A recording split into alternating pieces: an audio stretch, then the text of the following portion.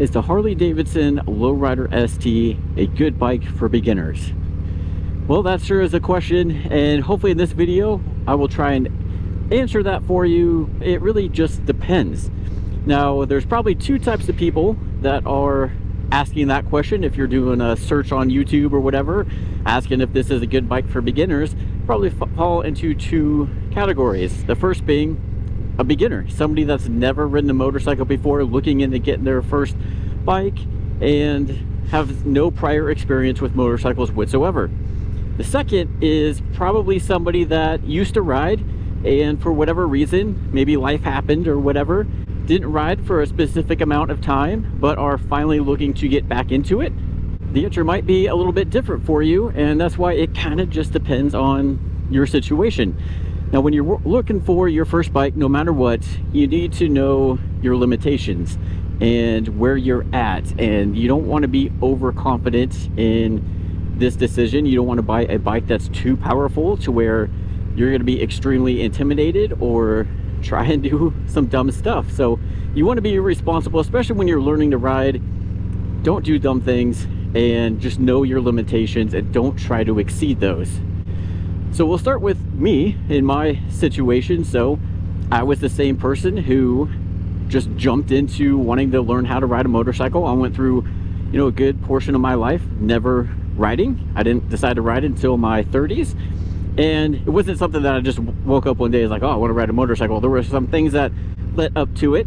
But once I got to maybe thinking about wanting to ride or learn to ride a motorcycle, first thing I did is get on YouTube and searched how to ride a motorcycle or learning how to ride a motorcycle.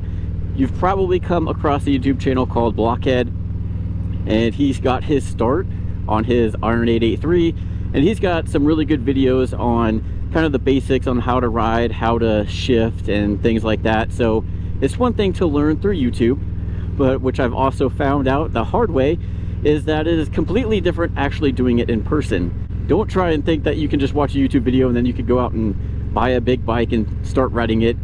You do want to learn how to ride. I highly recommend taking a motorcycle safety foundations course, and they teach you everything to know as if you're somebody that has zero experience, and they're going to teach you stuff so you don't learn things the wrong way and then trying to relearn them the right way is going to be a lot more difficult. So if you are definitely in that boat to where you've never ridden, take the MSF course, whether it's through a dealership or a community college, whatever.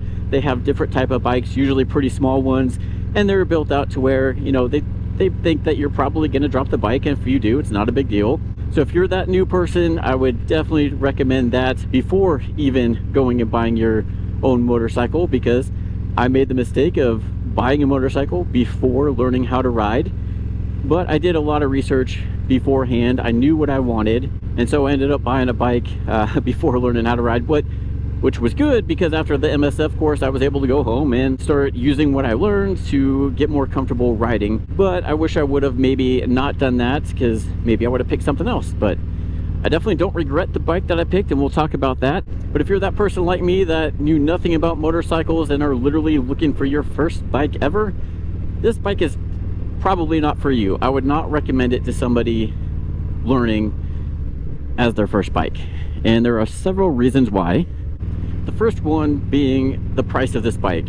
It is not a cheap bike, and honestly, no Harley is cheap. So if you are absolutely set on getting a Harley-Davidson as your first bike, this is not the one to get, because if you buy it new, you're looking at probably mid-20s after everything's said and done. Even used on the used market, these have only been out since 2022, so they haven't been out there long, but they're still fetching a pretty penny on the used market. People are still asking low 20s, maybe high teens, but most of the time they're anywhere from 20 to 23 used. As your first bike, I would not want to drop, say, 20 grand or more on a bike, because things happen. You're learning. There is a higher risk of you dropping the bike, especially when you're learning the slow maneuvers, and you don't want to drop a $20,000 bike. Now, there are plenty of other options. I did a ton of research, obviously watching Blockhead's channel as well, which was highly influential on the bike I decided to go with. But if you're set on a Harley, I would highly recommend looking at the Iron 883, because that is a good beginner motorcycle. That was obviously my first bike, so I have experience with learning on that bike and then upgrading later on. And now that they no longer make them new, you can really only find them used, and the prices, especially if you get one a little bit older, are pretty reasonable. I mean, you could find one, you know, an older one for say $3 grand, or you can spend up to probably, you know, 10 grand. Just depends on what people have done to it. But the prices are definitely coming down on those Iron 883s or even the Iron 1200s, but those are a good bike to learn on at a better, much better price. So price is number one. Another thing is just the size of this bike. So when I sat on this bike, when I was trying to decide on my first bike, I was super intimidated by how big it was. You know, I was used to, I did sit on an Iron 883 and some other smaller bikes, and then going from those to this, I was like, oh my god, I don't see how people ride those. The tank looked super wide to me, and just how big and heavy the bike seemed to me as a new rider, never been on one. I honestly was like, there's no way in hell I'm gonna be able to ride this bike. And that's not something that you want to go into right away. You don't want to buy that bike. Yeah, you might grow into it, but it's going to be really intimidating right off the bat, and there are mistakes that you're going to make, and they're not as forgiving on a bike like this versus a smaller frame bike like the Iron 883 or something similar to that. There's a lot more room for error, and it's just easier to maneuver, honestly. And with that bike having the peanut tank, it's much smaller. And, you know, especially if you're a smaller person, you're not as tall, that is a good one. It's lower to the ground, and man, the mods on those things are endless. But this bike is going to be pretty intimidating if you've never ridden a motorcycle before, just by sitting on it. It is Harley's probably mid-frame platform, so it's not the smallest bike, it's not the biggest bike. You know, you have those big touring bikes. I didn't even sit on one of those when I was looking. I just looked at them standing next to them. I'm like, oh my god, I still don't, I didn't comprehend how people could ride such a big bike. And they were heavy. I mean, this thing is not light, it's still heavy. I forget the actual weight, I'll probably post it down below, but you know, it's not the lightest bike in the world either. And when you're a new rider, you're really going to want to focus on slow speed maneuvers, and a heavy bike probably isn't the best thing to start on, because you have more weight that you're not used to having to control, and that's will make you more prone to probably dropping the bike or getting into an accident or things like that. So the size of this bike for somebody like a beginner, never into it, I would definitely caution you against that. Like I said, I was too intimidated to ride this bike as my first bike for sure. And to go with, you know, the size of this bike being a little more intimidating, the power with this bike I think is way too much for a beginner. This bike has the 117 Milwaukee 8, which has about 1900 cc, and so it's meant to kind of rip around town. Yes, it's kind of set up like a touring bike, as a sport touring, so it has the fairing and bags, but this is not a slow bike. A lot of people say Harleys are slow. I disagree with that, maybe the older ones, but these Low Rider STs are not slow. They have a lot of power, especially for a beginner, and the torque. This thing is torquey. So if you're learning how to ride and say you accidentally whiskey throttle it, that's gonna suck for you on this bike versus a smaller cc bike to where it's a little more forgiving. This one, you whiskey throttle it, you could be pulling a wheelie, getting thrown off the back of the bike, or you know, just a lot of bad things can happen. So the power that this bike has, I don't think I would have been comfortable on this bike as a beginner, and I think a lot of people would be in the same boat as well. It would just take a lot more time to get comfortable riding on just jumping into a bigger, powerful bike like this. So those are the biggest three reasons I would say this is not a beginner friendly bike. Is the price, the size and weight of it, and then the power and torque that this thing has. You really want to have the foundations of motorcycle riding before you jump on something with this much power. Even in the sport bike world, you don't want to jump on some crazy high cc sport bike. Yes, they're lighter, but man, you can easily wheelie those things and just be in a lot of trouble real quick if you're not experienced. Because what I would hate, and I think most other motorcycle riders would hate, is for you to get a bike that's too big and powerful for you and then get too intimidated and just not ride at all. Like, there are a lot of people out there that have gotten too big of bikes, or even on the Iron 883s, and just they're too much in their head, and then they just can't get it, or are still too intimidated, and then they just give up. It's not something that you want to do. Motorcycling is awesome. It's something I wish I would have done a lot sooner, but I definitely think if I would have dove into something like this, I don't know how my experience would have been. It might not have been as good. Because even when I decided to upgrade to this, test driving it, I'm like, ooh, it took a little while to get used to just how much bigger this is from the Iron 883. There's also a lot of other bikes out there. You don't have to have a Harley-Davidson. I know it's something that I always said that I just wanted a Harley, but your first bike you will probably outgrow pretty quickly. So don't necessarily go with the Harley. You know, there's Indians, they have their Scout Bobbers and stuff like that. They're smaller bikes. Kawasaki has the Vulcan, which would be okay. I sat on that. That was still had the bigger tank. I don't know, that one may or may not be. But then you have the Hondas, the smaller Honda bikes. There's just a lot of different options out there. Maybe go sit on those. They're going to be cheaper for sure, I know that. And those are popular bikes as well, like the Honda Shadows, and similar to those, I think Triumph has some smaller bikes that are good for beginners. So just find something that's not going to be too powerful, something smaller that you're going to be comfortable on initially. And you know, in the back of your head, no, yes, I'm going to outgrow this bike someday. So you don't necessarily need to spend $20,000 plus on your new first motorcycle. And like I've said many times in other videos, I do not regret buying that Iron 883 to learn on. That is something I do regret buying it new. I did buy it new, and I regret that part. But as far as choosing that bike as a beginner bike, I don't regret that at all. I'm glad I did that, because the dealership was trying to get me in, say, a Street Bob or even this bike, because they're like, hey, you're probably going to outgrow this in 6 months. You're going to be back, want to upgrade the bike. I'm glad I didn't listen to them. I'm glad I stuck with my gut, got the one I was comfortable with, because I was able to get my foundations in riding a lot sooner and become a lot more comfortable. And then, yeah, I was like, okay, I've hit kind of my limitations on this bike. I want more power. And yeah, it was definitely under a year.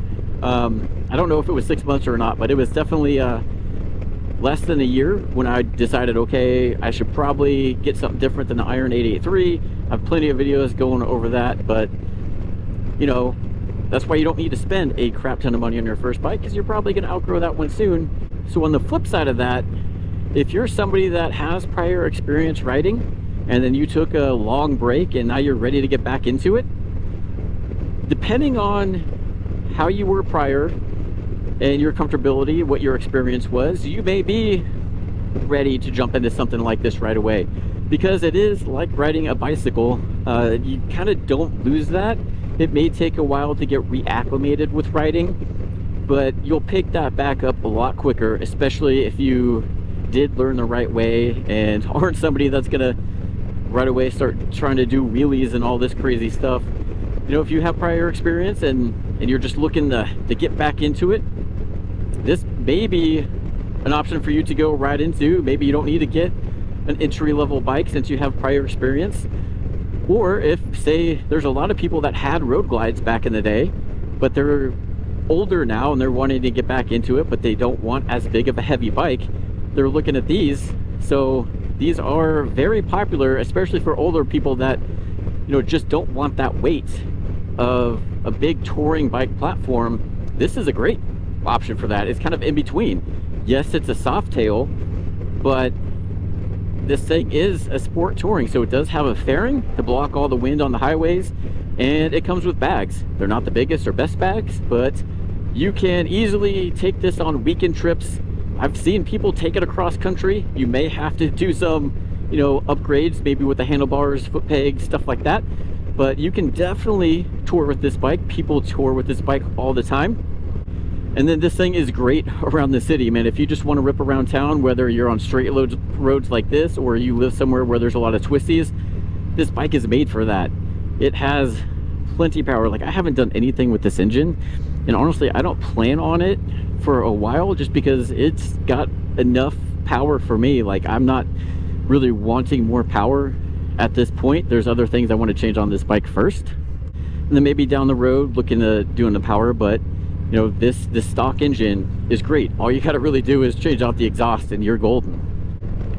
So at the end of the day, I mean, it just kind of depends on you. You're really the only one that can decide, is this a good bike for you to learn on? You know, in most cases, like I said, I would say probably not.